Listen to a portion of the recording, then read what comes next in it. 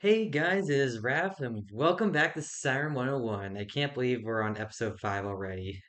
This series is going by fast. And today I'm really excited about this episode because we're talking about another really popular Cold Air Cold War era siren.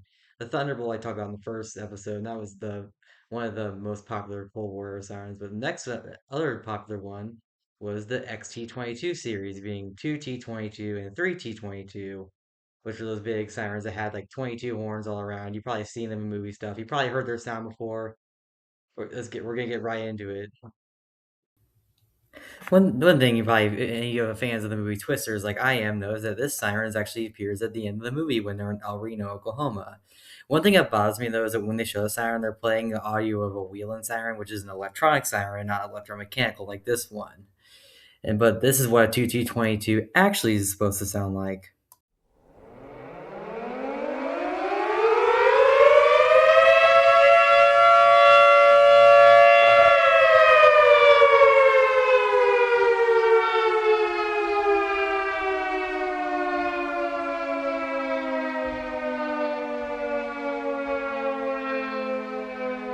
T-22 was first produced in 1955, right at the dawn of the Cold War. That's because Federal Signal lacked the siren with the three signal capabilities, so they met civil defense requirements. So from the beginning, a 3T-22 was a three signal siren, which we used for civil defense and domestic use. It was particularly commonly used for fire departments in industrial zones. And then later on, the Model 2T-22 was released as an alternative, which is cheaper because it had only two signals instead of three signals. It did not use high-low. But then both sirens would be discontinued in 1992 after being made for nearly 40 years, as after the Cold War, dual-tone sirens were no longer seen as necessary, so then it was favored for the model STH-10. What is the difference between the 2T and the 3T-22? Well, the 3T-22 can do alert and attack like most sirens can, but also has a solenoid dampener, which allows it to do that third signal of high-low, which is commonly used for fires and stuff. The difference between that and the 2T-22 is that the 2T-22 lacks that dampener, so it cannot produce high-low, but it can produce the other two signals, which is why it's cheaper and often more common alternative.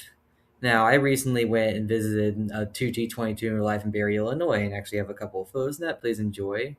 And also, I went and saw this. The siren is located next to the park called Lafayette Park, and they had this really cool war tank there, so I have a photo of that as well. So please enjoy. Hey guys, it's Rev, and here it is. This is a 2T-22, I believe. It's very sun bleached here in Barry, Illinois. And I believe we're going to test here in a couple minutes. Yeah, it's almost 10 o'clock, and it's the first Tuesday of the month. Right by the fire department, so I'm going to not try to walk around too much, but let's go take a look at it. This is my first 2T I've seen in person. It's pretty cool.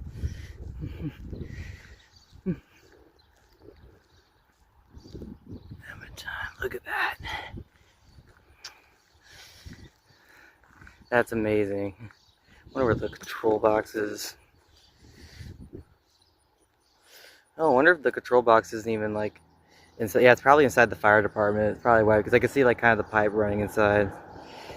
It's probably why I can't see the control box from out here. Yeah, according to the map, it's still active. Yeah, thank you guys for watching this episode, and I'll see you all next time.